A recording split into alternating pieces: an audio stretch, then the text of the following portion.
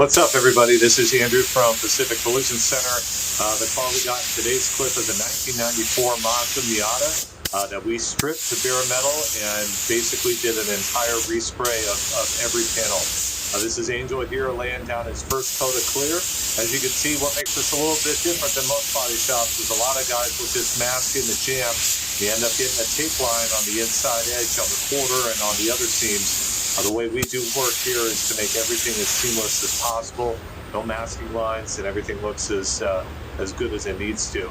But enjoy the rest of the clip.